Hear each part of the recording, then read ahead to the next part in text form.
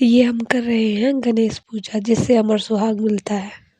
का सही अद्भुत आस्था में बहुत बहुत स्वागत है। आज मैं आपको जो गणेश बाबा की 14 दिन की पूजा होती है जिससे अमर सुहाग मिलता है उसका उज्जवल कर रही हूँ। तो इसमें क्या होना चाहिए, 5 चीज़ें होनी चाहिए। एक तो ये देखो बिंदी है, यहाँ पे ये चूड़े हैं, यहाँ ये मेहंदी है, यहाँ ये रोली है, सिंदूर, यहाँ काजल है, मीठे के लिए हलवा है। ठीक है, 5 वस्तु लेनी होती है। अब मैं सुनती हूँ कहानी, तो देखिए।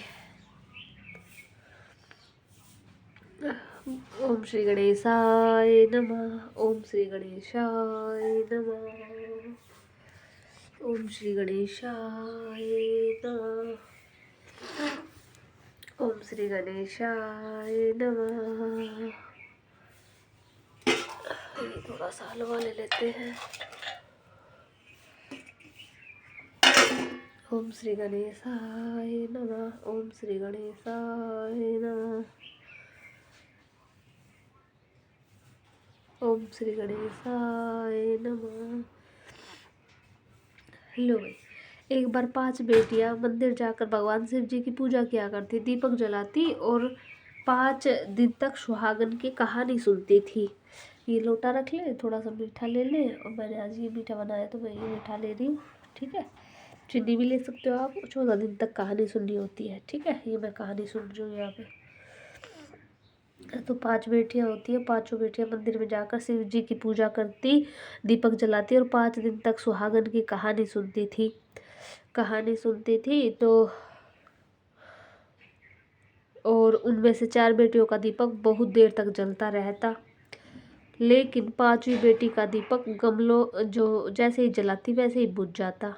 वह हर दिन अपनी माँ से कहती, माँ चारों सहेलियों के दीपक तो अच्छे से जलते रहते हैं, मेरा तब की तब बुझ जाता है, लेकिन मैं क्या करूँ। माँ ने कहा कि अब तुम घी बहुत ज़्यादा डालना और फिर बताना मुझे। उस ब्राह्मण ने अपनी 5 बेटियों का विवाह कर दिया और उनमें से 4 बेटियों के घर तो बहुत धन था, लेकिन जो 5वीं बेटी था उसका पति रोज कमा कर लाता, फिर वह खाते, अर्थात उनके घर में कुछ भी नहीं था खाने के लिए, बहुत गरीब थे। नमक मिर्च और आटे का गुजारा चलता था, तो भी वह 5वीं बेटी संतुष्ट थी। फिर एक दिन उसका पति थोड़ी सी ही लकड़ियों के भार लाता है। तब उसने पूछा, और इतनी ही लकड़ियों क्यों लेकर आए? तब उसके पति ने कहा कि आज मुझे बुखारी है, इतना ही काम हुआ, इसलिए मैं इतनी ही लकड़ी ले पाया। तो उसकी पत्नी ने कहा, अब आराम करो, फिर करेंगे काम। उसका पति जंगल में लकड़ियों के लिए जाने लगता है। तब वह बोली, आज मैं भी साथ चलूँगी, क्योंकि आपको बुखार है। फिर दोनों साथ चल दिए और जंगल में थोड़ी सी लकड़ियाँ काटते हैं, और उसके पति को वापस बुखार आया और तबीयत खराब होने लगी। फिर वह तो थोड़ी पता नहीं क्या लिखा हुआ, थोड़ी देर बाद चक्कर आने से गिर गया और वहां पर ही मर गया। उस सुनसान जंगल में वह अकेली रोती चिल्लाती रही, मैं इन्हें उठाकर घर कैसे ले जाऊं, और अगर अकेले इन्हें नहीं छोड़ूंगी तो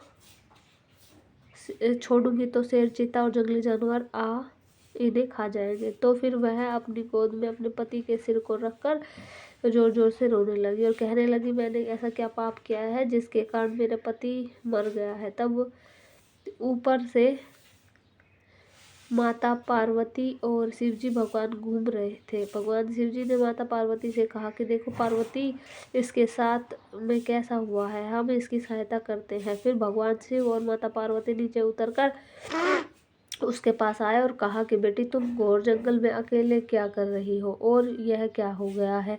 तब उस बेटी ने बताया, मेरे पति की तबीयत ठीक नहीं है और इनकी मृत्यु हो गई है। एक मिनट दोस्तों, आज मेरी तबीयत ठीक नहीं है।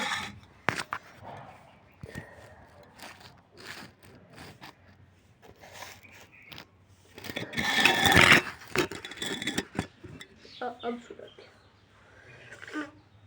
हाँ, शिव जी ने कहा अपने पति का शव लेकर घर चली जा, यहाँ पर क्यों बैठी है।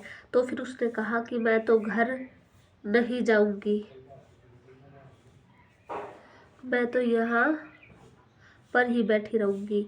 और यह सुनकर भगवान को उस पर दया आ गई और उन्होंने कहा कि तुम वो तो वही हो जिनका दीपक जल्दी से बुझ जाता था। तब उसने कहा हाँ मैं वही हूँ, बहुत लगाया लेकिन बहुत जल्दी बुझ जाता था।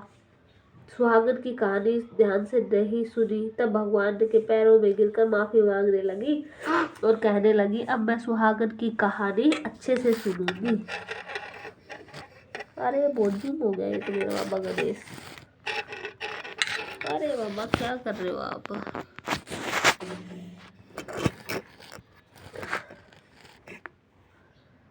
गणेश बाबा जी कहानी अच्छे से नहीं सुनी, इसलिए तुम्हारे पति की लंबी उम्र नहीं रही। और भगवान शिव जी उच्च अमृत के छींटे उसके पति के ऊपर डाले और वह हर हर करके खड़ा हो गया और वह जीवित हो गया और बाबा ने उस पर कृपा कर दी। इसी प्रकार अगर आप गणेश बाबा की अमर सुहाग की कहानी सुनते हो और 4 सुहागनों को ये थाली देते हो तो आपके पति की लंबी उम्र हो जाती है। तो भगवान जिसने भी ये कहानी सुनी है अमर सुहाग की, उसके पति की लंबी उम्र हो। आप अमर सुहाग की कहानी सुनने के बाद गणपति बाबा की कहानी ज़रूर सुने और उसके साथ लपसे तपसे की कहानी ज़रूर सुने, आपको फल ज़रूर मिलेगा। श्री गणपति महाराज आपके घर में विराजेंगे और आपके घर में सुख समृद्धि भर देंगे। आपके घर में खुशहाली आ जाएगी और दाम्पत्य जीवन में प्यार बना रहेगा। कभी भी आपके पति के साथ और पति की पत्नी के साथ मतभेद नहीं होंगे, मन में भेद नहीं होगा कभी भी।